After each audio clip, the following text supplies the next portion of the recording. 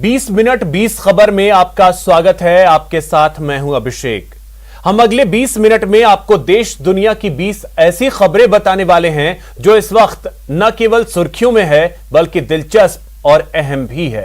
तो शुरू करते हैं 20 मिनट में 20 खबरों का सिलसिला। सबसे पहले देखते हैं राजस्थान की कौन कौन सी खबर इस वक्त अहम है।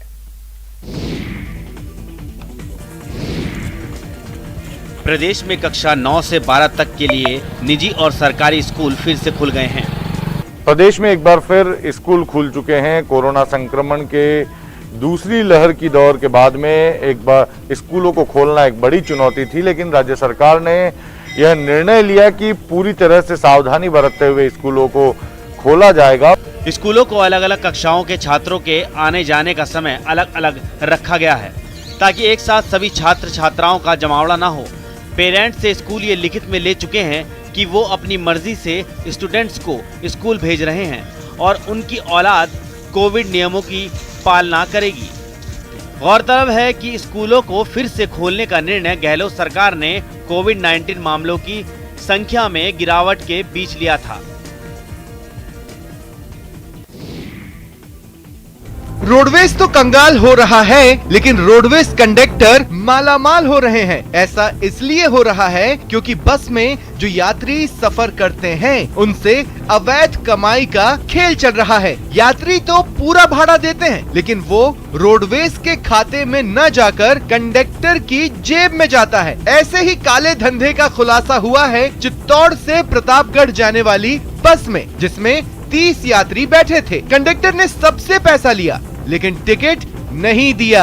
सबसे बड़ी बात कि इस काली कमाई को रोकने के लिए जो फ्लाइंग टीम बनाई गई है उसका भी कोई अता पता नहीं रहता। ऐसे में रोडवेज को लाखों का चूना लग रहा है और रोडवेज कर्मचारी काली कमाई से अपनी जेबें भर रहे हैं।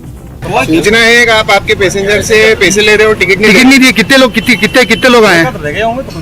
क्यों रह गए? कैसे रह गए? आपकी जिम्मेदारी बनती है ना पूरी की पूरी। मांग लेते हम दे देते हैं, कोई बड़ी बात थोड़ी है। पीछे थे हमने टिकट मांगा तो कुछ जवाब ही नहीं दिया और दिया भी नहीं। मैंने कहा कि टिकट तो सुना ही नहीं और सुना भी नहीं। और अब देखते हैं कुछ अन्य राज्यों की खबरें। दिल्ली पुलिस ने जामताड़ा गैंग के 14 आरोपियों को गिरफ्तार किया है। इस बार पुलिस ने जामताड़ा में बैठे साइबर क्राइम के रॉक स्टार और मास्टरमाइंड को भी गिरफ्तार कर लिया है। अब आप सोच रहे होंगे कि आखिर इस शातिर क्राइम को अंजाम देने वाले गैंग के रॉक स्टार और मास्टरमाइंड कौन हैं? तो सुनिए, अल्ताफ उर्फ रॉक स्टार सिर्फ 20 साल का है। अल्ताफ के गिरोह में दर्जनों लोग हैं और हर किसी का अलग अलग काम है।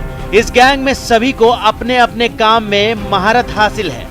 खास बात यह कि गैंग में शामिल मेंबर मुश्किल से हाई स्कूल पास हैं, लेकिन इनके कारनामे ऐसे हैं कि उसकी चर्चा देश के कोने कोने से होते हुए विदेश तक पहुंच चुकी है। इनके अपराध का खेल इतना बड़ा था कि चीटिंग की कमाई से अल्ताफ अंसारी ने आलीशान कोठी बना रखी है। 2 से 3 लग्जरी कार भी उसके पास हैं। पुलिस की माने तो वो बंगाल भागने की फिराक में था और करीब 100 किलोमीटर पीछा करके उसकी गिरफ्तारी हुई है।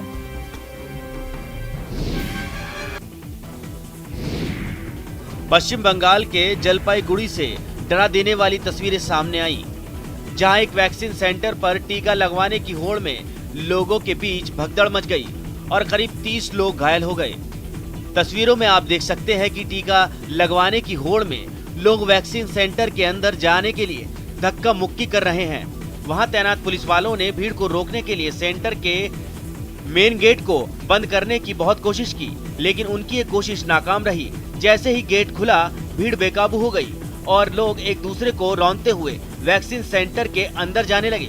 इस अफरा तफरी के बीच वहां चीख पुकार मच गई और लोग अपनों को बचाने के लिए जद्दोजहद करते दिखाई दिए। इसके बाद भी इन लोगों के बीच मारामारी जारी रही। हादसे के बाद की जो तस्वीर सामने आई है उसमें कुछ घायल फूट फूट कर रोते नजर आए तो कुछ जमीन पर बेसुध पड़े दिखे, जिन्हें ई रिक्शा की मदद से अस्पताल पहुंचाया गया। लेकिन इससे पहले वैक्सीन सेंटर के बाहर लोगों की भारी भीड़ दिखाई दी और किसी ने भी कोरोना से बचने की जरूरी नियमों का पालन नहीं किया।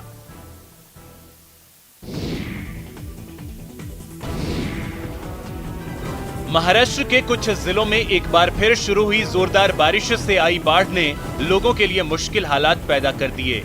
जिन जिलों में इस बारिश का सबसे ज्यादा असर देखने को मिला उनमें अहमदनगर भी शामिल है, जहां बादल इस कदर बरसे कि पानी ने एक इलाके की सूरत ही बिगाड़ कर रख दी।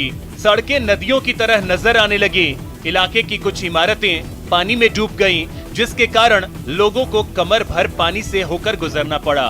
इस बारिश के बीच वहां कुछ जगहों पर पहाड़ खिसकने से भी लोगों की मुश्किलें बढ़ गईं। अहमदनगर धुले हाईवे पर पहाड़ का मलबा आने से कुछ गाड़ियां उसमें फंसी नजर आईं। कुछ इसी तरह की तस्वीरें औरंगाबाद से भी सामने आईं। वहां जोरदार बारिश के बाद नदी और नाले उफान पर आ गए। नदियों का पानी सड़कों पर पूरी ताकत के साथ बहता दिखा, जिसकी वजह से वहां से गुजरने वाली गाड़ियों को रोक दिया गया और कुछ जगहों पर सड़कें भी धंस गई। उधर जलगांव जिले में भी ऐसे ही हालात दिखे। वहां उफान पर आई तितूर नदी का पानी रिहायशी इलाकों में घुसने से लोगों की परेशानी बढ़ गई।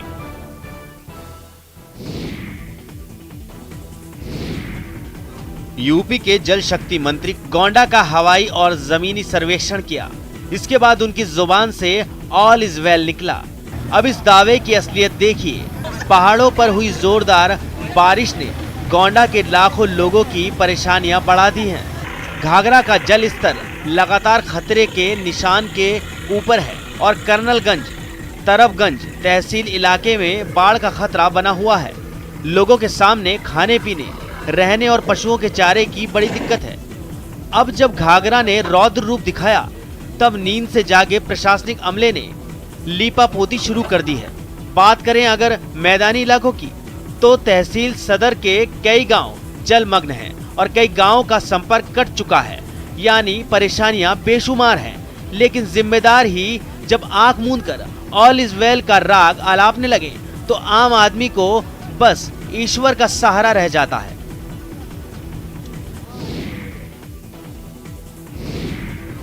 जाते जाते मानसून एक बार फिर दिल्ली एनसीआर पर मेहरबान हुआ, जिससे लोगों को गर्मी से तो राहत मिल गई, लेकिन कई जगहों पर पानी भरने से लोगों को परेशानी का सामना करना पड़ा।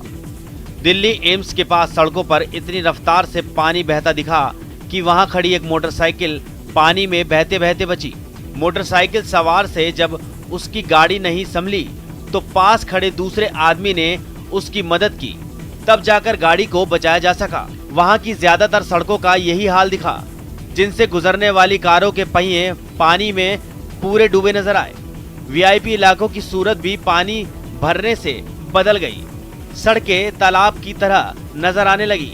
क्या बसें, क्या कारें और क्या मोटरसाइकिल सवार, सबको इस परेशानी से दो चार होना पड़ा। बारिश से बचने के लिए किसी ने बस स्टैंड के नीचे शरण ली, तो किसी ने फ्लाईओवर के नीचे खड़े होकर खुद को बचाया। राजधानी के ज्यादातर इलाकों में कमोबेश ऐसे ही हालात देखने को मिले।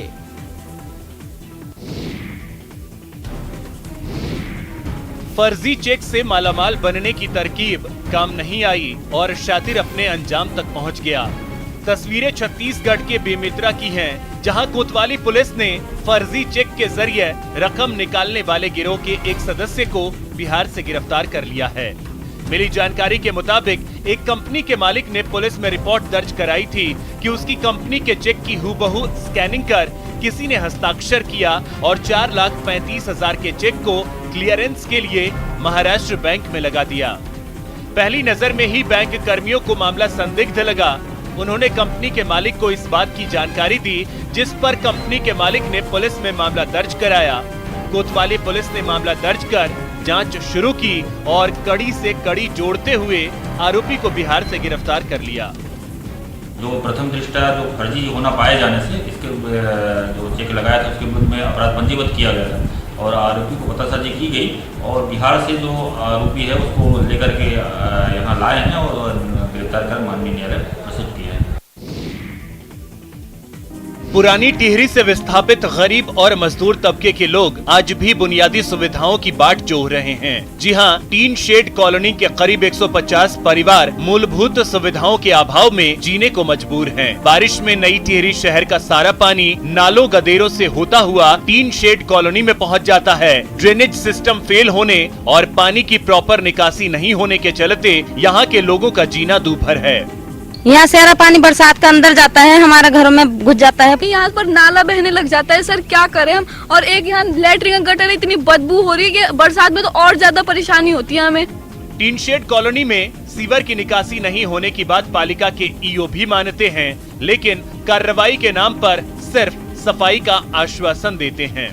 बरसात का पानी है, सीवर का पानी है, सारा ओपन बह रहा है और उस पे जो है तुरंत कार्रवाई होने वाली है। नाले की अगर सफाई की जरूरत पड़ेगी तो हम उसकी सफाई करेंगे। पुरानी टिहरी से गरीब और मजदूर तबके के लोगों को कहने के लिए तो नई टिहरी में शिफ्ट किया गया, लेकिन उनकी मूलभूत सुविधाओं का कतई ध्यान नहीं रखा गया। मिट्टी और चूने के बने इस भवन की हालत काफी जर्जर है। छतों से प्लास्टर टूट कर गिर रहा है। छतों की दीवारों में लगी ईंटें कब किस पर गिर पड़े कुछ कहा नहीं जा सकता, लेकिन तस्वीरें किसी वीरान इमारत की नहीं बल्कि यूपी के हरदोई की हैं। यहाँ का होमगार्ड दफ्तर अपनी बदहाली की कहानी खुद ही बयां कर रहा है। चुनाव हो, चाहे ट्रैफिक व्यवस्था हो, चाहे अधिकारियों के आवास के बाहर की सुरक्षा हो, उन सब के पर मुस्तैदी से अपनी ड्यूटी पर रहने वाले होमगार्ड दफ्तर की हालत हम आपको दिखा रहे हैं। ये जिला कमांडेंट होमगार्ड दफ्तर है जो पूरी तरह से जर्जर हो चुका है। इसी जर्जर भवन में होमगार्ड के अधिकारी और कर्मचारी बैठने को मजबूर हैं। कई बार कर्मचारियों पर ईंट गिरी है। भवन की हालत इतनी खराब है कि जगह जगह से प्लास्टर उखड़ गया है। यहाँ नौकरी करना मौत के साए में सांस लेना है। फिलहाल प्रशासन सिर्फ एक ही वादा करता है कि जल्द ही नई बिल्डिंग में इसको शिफ्ट कर दिया जाएगा। क्या प्रशासन किसी बड़ी घटना होने का इंतजार कर रहा है? बिहार के एक बेबस की व्यथा कथा आपने सुन ली। अब उस हालात को भी देख लीजिए जिसकी वजह से इन जैसे कई लोग अपने अपने घर में बंधक बन गए हैं। तस्वीरें सिवान की हैं, जहां का पौष इलाका महादेवा इन दिनों बारिश के पानी से बेहाल है। पानी लगने से चचरी के सहारे लोगों की जिंदगी कट रही है। वे जरूरी कामों के लिए घर से निकल रहे हैं और जिनके पास चचरी के पुल का सहारा नहीं, वे घुटनों तक पानी लांद कर अपनी राह तय करने को मजबूर हैं। जी हाँ, बारिश का पानी लगने से लोगों की जिंदगी नर्क बन गई है। उन्हें बीमारी का डर सता रहा है। अगर ये कहा जाए कि लोग जल कैदी बन गए हैं तो गलत नहीं होगा, वो भी तब जब ये मोहल्ला बीजेपी के पूर्व सांसद ओम प्रकाश यादव समेत कई वीआईपी लोगों का है। और ये व्यथा कथा सिर्फ एक साल की नहीं, हर साल की है। हर साल बरसात इन लोगों के लिए मुसीबत बनकर आती है। चचरी के सहारे लोगों की जिंदगी है और लोग जल कैदी बने हुए हैं। सैकड़ों ऐसे घर है जहां पे लोग घर में जल कैदी बने हुए हैं और वहीं लोगों की बीमारी का भी डर सताने लगा है।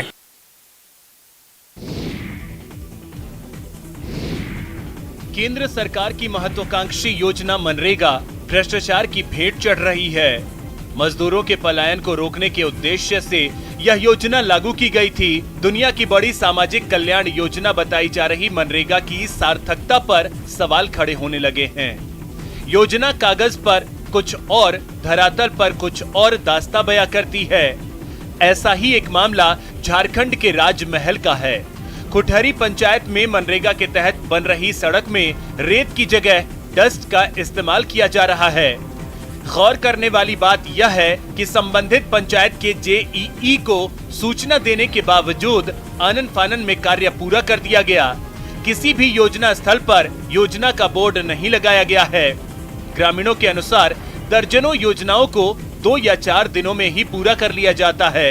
प्रखंड कर्मचारियों की मिलीभगत से बड़ी गड़बड़ी की जा रही है। इसकी जानकारी मुझे भी प्राप्त हुई थी। मैंने जैसे जानकारी मिली, मैंने वीडियो साहब को जांच का आदेश दिया था, लेकिन अभी तक रिपोर्ट उनका आया नहीं है। कोरोना से लड़ाई में वैक्सीनेशन अहम कड़ी है। केंद्र से लेकर राज्य तक की सरकारें टीकाकरण के लिए लोगों को जागरूक कर रही हैं, लेकिन कई राज्यों में टीके की कमी है, जिसकी वजह से लोग दूसरे राज्यों में जाकर टीकाकरण करवा रहे हैं। पश्चिम बंगाल से सटे बिहार के सीमांचल जिला कटिहार बंगाल के लोगों के लिए कोरोना वैक्सीनेशन के मामले में वरदान साबित हो रहा है। रोजाना कटिहार के कई केंद्र पर बंगाल के अलग अलग जिले से बड़ी संख्या में लोग वैक्सीन लेने आ रहे हैं। लोगों की संख्या हर रोज बढ़ रही है। कहीं कहीं वैक्सीनेशन के नाम पर बड़े रकम की वसूली के चलते लोग 100 से 150 किलोमीटर की दूरी तय कर कटिहार वैक्सीन के लिए पहुंच रहे हैं।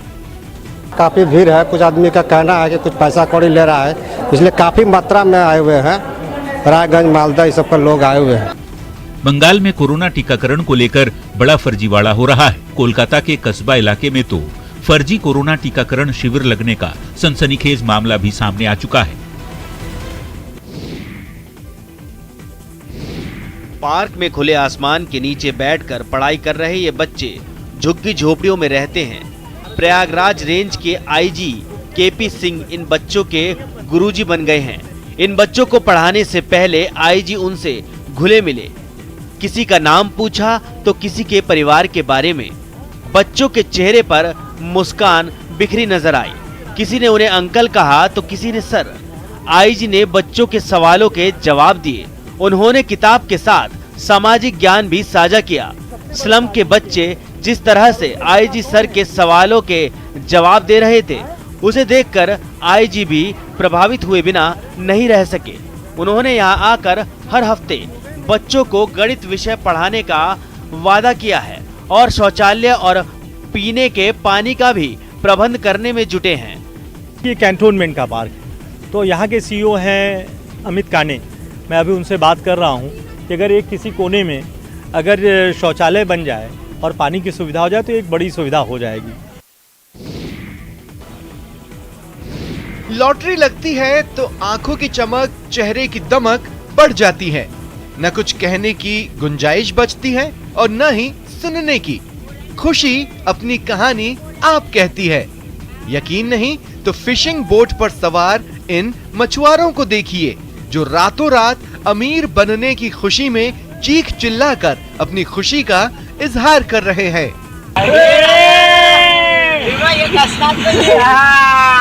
मुंबई से सटे पालघर का एक मछुआरा चंद्रकांत तारे एकाएक करोड़पति बन गया। चंद्रकांत मॉनसून की वजह से समुद्र में मछली पकड़ने पर लगी रोक के बाद पहली बार अरब सागर में मछली पकड़ने गया था। कुदरत का करिश्मा देखिए, उसके जाल में एक दो नहीं बल्कि कुल 157 गोल मछलियां फंस गई, जिसे उसने 1.33 करोड़ में बेचा। यानी उसे एक मछली की कीमत करीब 85,000 रुपए मिली।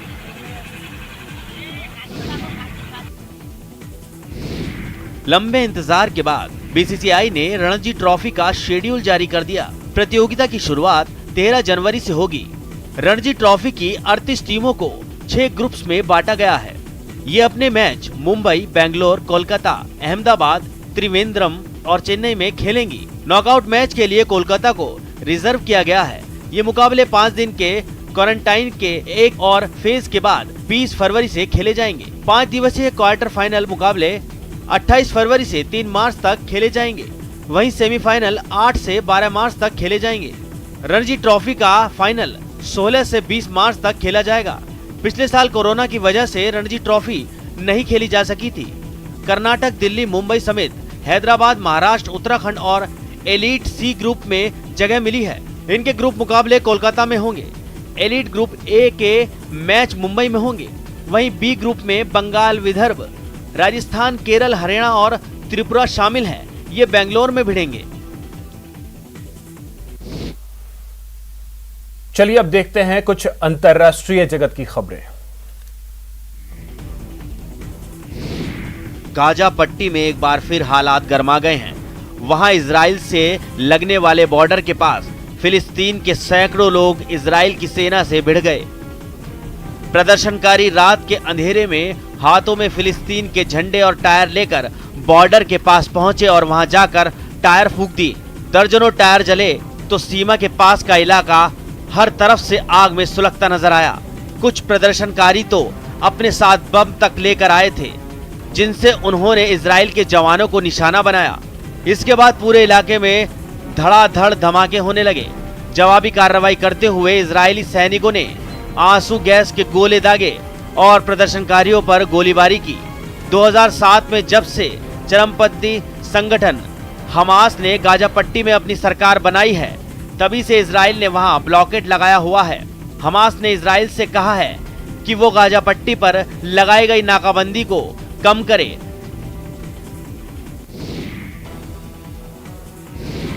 अमेरिकी देश कैलिफोर्निया में गर्मी की छुट्टियां मनाने जुटे लोगों को जंगल का रुख करना भारी पड़ गया। वहां ताहो झील के किनारे बसे लोगों के लिए जंगल में लगी आग काल बन गई और प्रशासन ने वहां से फौरन निकलने के आदेश जारी कर दिए। पुलिस और बचाव दल के जवान लोगों से घर छोड़ने की अपील करते दिखे, जिसके बाद पूरा शहर वीरान हो गया। I have a home right in the danger area and I'm getting out. जंगलों में आग लगने की वजह से वहां के कई इलाकों की सूरत पूरी तरह बदल गई।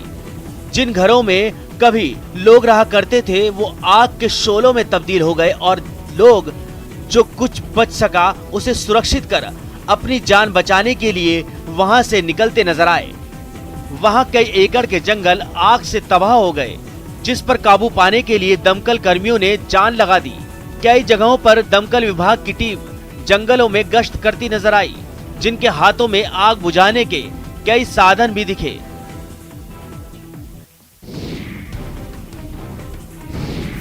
रूस के रक्षा मंत्रालय ने अपने यहाँ चल रही 1 दर्जन से ज्यादा देशों की सेनाओं की अंतर्राष्ट्रीय प्रतियोगिता का एक वीडियो जारी किया। 4 सितंबर तक चलने वाली इस प्रतियोगिता में भारत भी हिस्सा ले रहा है। जहां हुई शूटिंग प्रतियोगिता में अलग अलग देशों के जवान निशानेबाजी का अपना हुनर दिखाते नजर आए। पीठ पर कई किलो का भार लेकर सैनिक कई मीटर दूर निशाना लगाते दिखे। कभी उन्होंने पिस्तौल चलाई तो कभी बंदूक से गोली बरसाई। सैनिकों ने ऐसे ऐसे वार किए कि सामने खड़े निशाने ढेर होते चले गए। सिर्फ बंदूक या पिस्तौल ही नहीं, बल्कि जवानों ने ताकतवर मोटर दाग कर भी अपना हुनर दिखाया। इस प्रतियोगिता में सैनिकों का धारदार हथियार फेंककर मारने का कौशल भी परखा गया।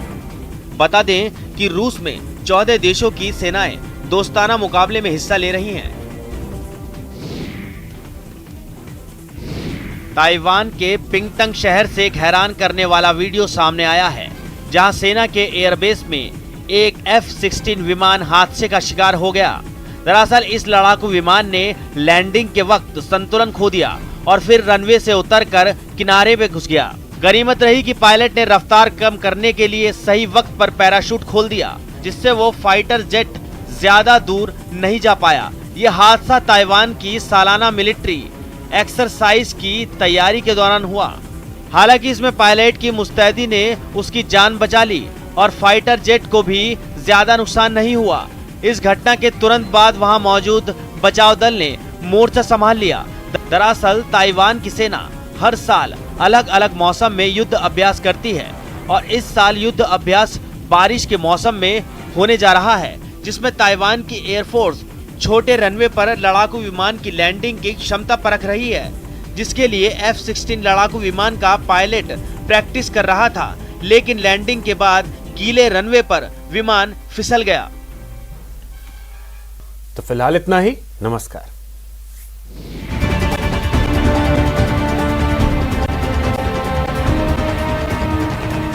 देखिए आप